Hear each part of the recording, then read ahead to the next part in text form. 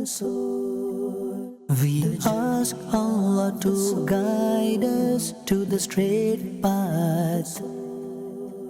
We ask Allah to guide us to the straight path.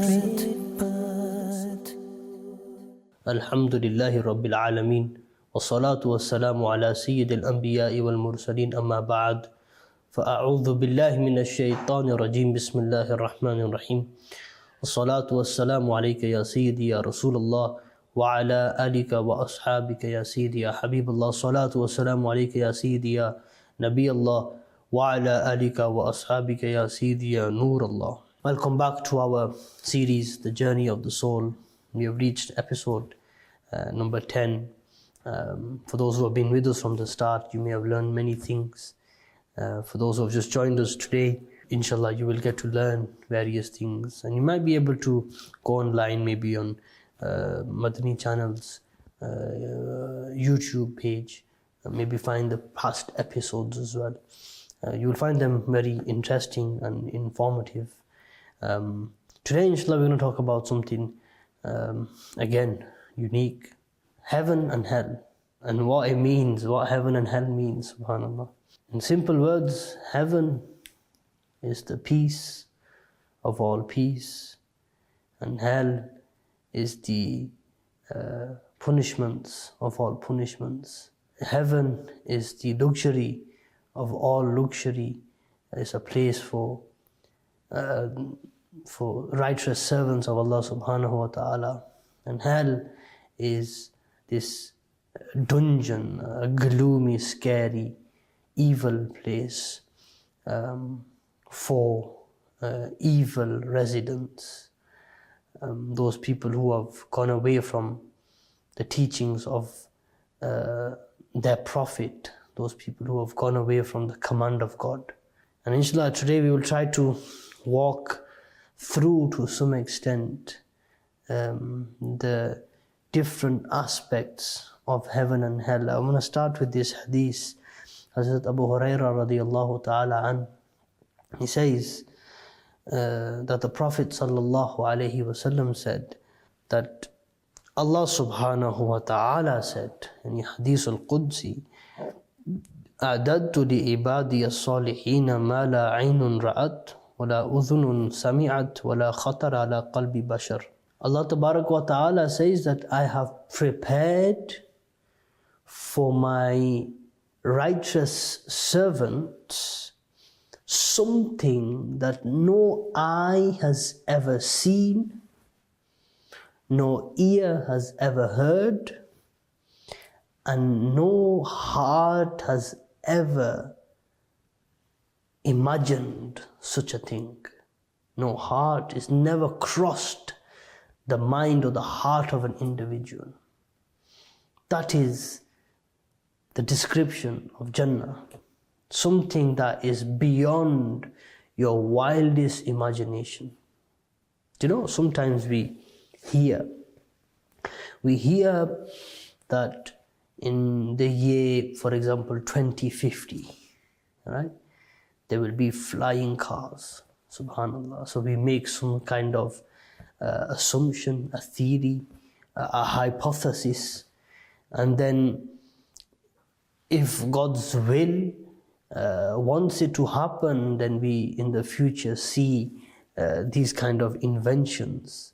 So these inventions, even though they do, when we see these inventions, we are taken back, and we kind of, sit there and we are amazed that how far and advanced civilization has gone. When we see construction and buildings so huge and so large, buildings that rise into the clouds, when we see vehicles that are so powerful and so advanced in technology, when we see aircraft and likewise different types of ships and submarines, we see different types of satellites, rockets, and we look at all these inventions, aeroplanes, We look at all these inventions, and there was a point where someone actually thought of these things and planned it out and then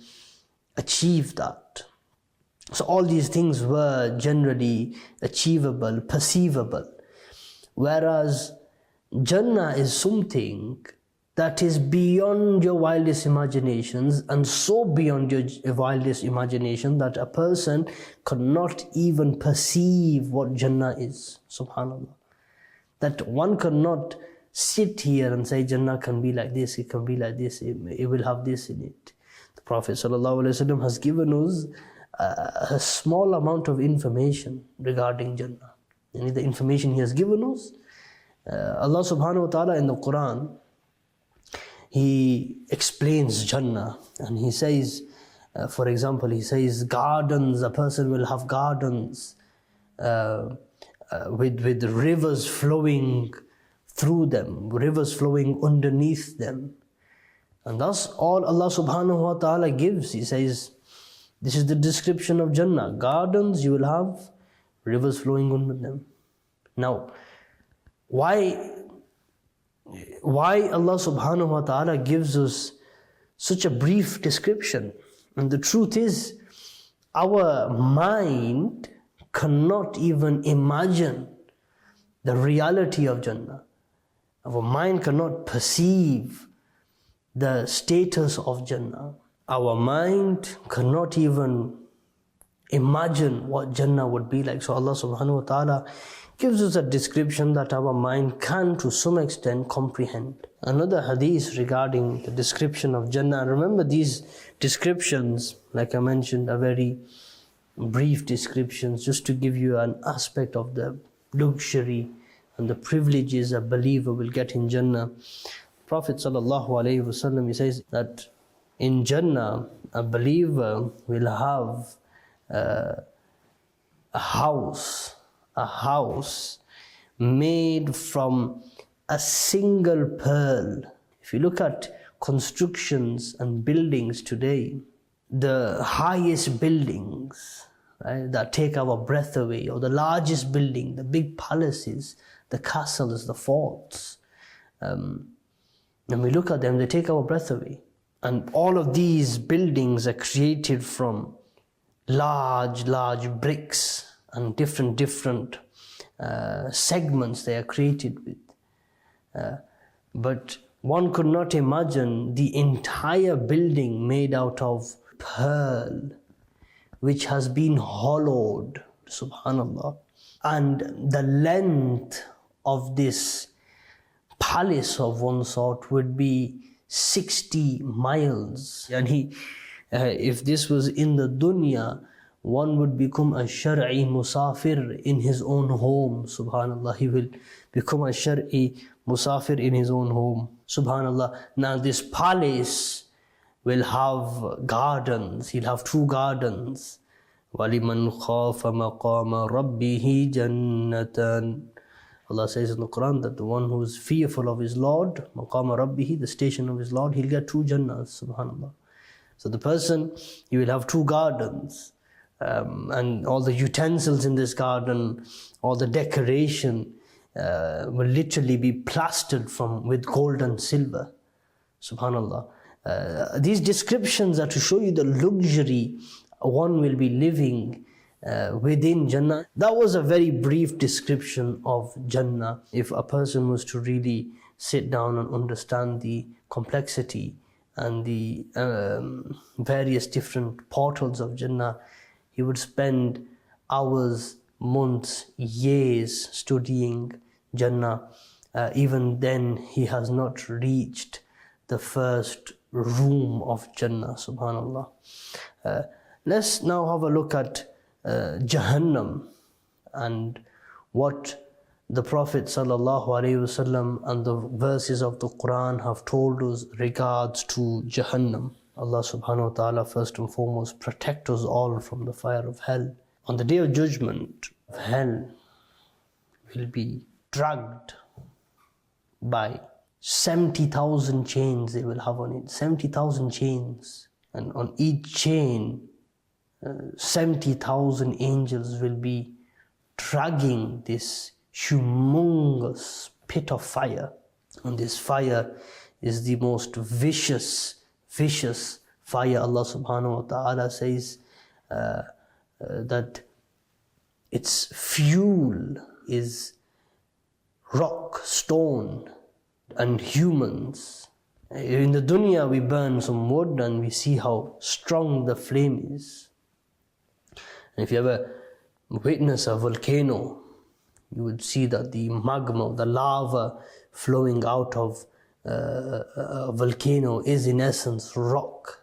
And the heat that is emitted, the Prophet ﷺ says that is the fire of hell, is 70 times more intense than what you have in the dunya. So if you take the hottest flame in the dunya, the hottest flame, times that by 70. I'm going to mention a hadith, and this hadith is quite a long hadith and an amazing hadith, and it kind of covers and tries to picture both Jahannam and Jannat together in one narration. This is an individual who was placed in the fire of hell. The scholars describe that he is the final person to leave the fire of hell. Yani, in one way to understand it, his parole time is near, and his sentence is nearly up. Subhanallah. And Allah subhanahu wa ta'ala, He works in amazing ways. In the fire of hell, He must have spent such a period of time in the fire of hell for him to be the last one. The suffering, the pain, and he will see. And Allah subhanahu wa ta'ala, He does this in such a way. On one side, you have this mercy of Allah subhanahu wa ta'ala, and on the other side you have Allah subhanahu wa ta'ala's qahhariyat, his power, or his firmness. And what happens is, all of a sudden, whilst this person's in the fire of hell and he's taking punishment, Allah subhanahu wa ta'ala does something very remarkable, very unique. Across the boundaries of the fire of hell, Allah subhanahu wa ta'ala places a tree in the sight of this hell dweller, of this person who is in the fire of hell. And He puts it inside his line of sight. This tree, and next to the tree there's like a river flowing, and there's fruits on the tree. And whilst this person is suffering in this pain, all of a sudden this tree captures his attention. He sees this tree and he says, Ya Allah subhanahu wa ta'ala, I beg you, grant me permission to go and sit near that tree. I will not ask for anything else. I just want to go and sit next to that tree. And Allah subhanahu wa ta'ala says that, if I grant you this, will you ask for anything else? And he says, I will not ask for anything else. That's my one desire, my one request. So Allah subhanahu wa ta'ala places him next to that tree. And he sits there. And he eats the fruit of the tree. He drinks the water from the stream. And after this, Allah subhanahu wa ta'ala, in the distance, He places a more beautiful tree. And this person, he sees that tree. And once again he says, Ya Allah Azza wa Jalla, can I, if you grant me permission, go next to that tree? And Allah subhanahu wa ta'ala says that,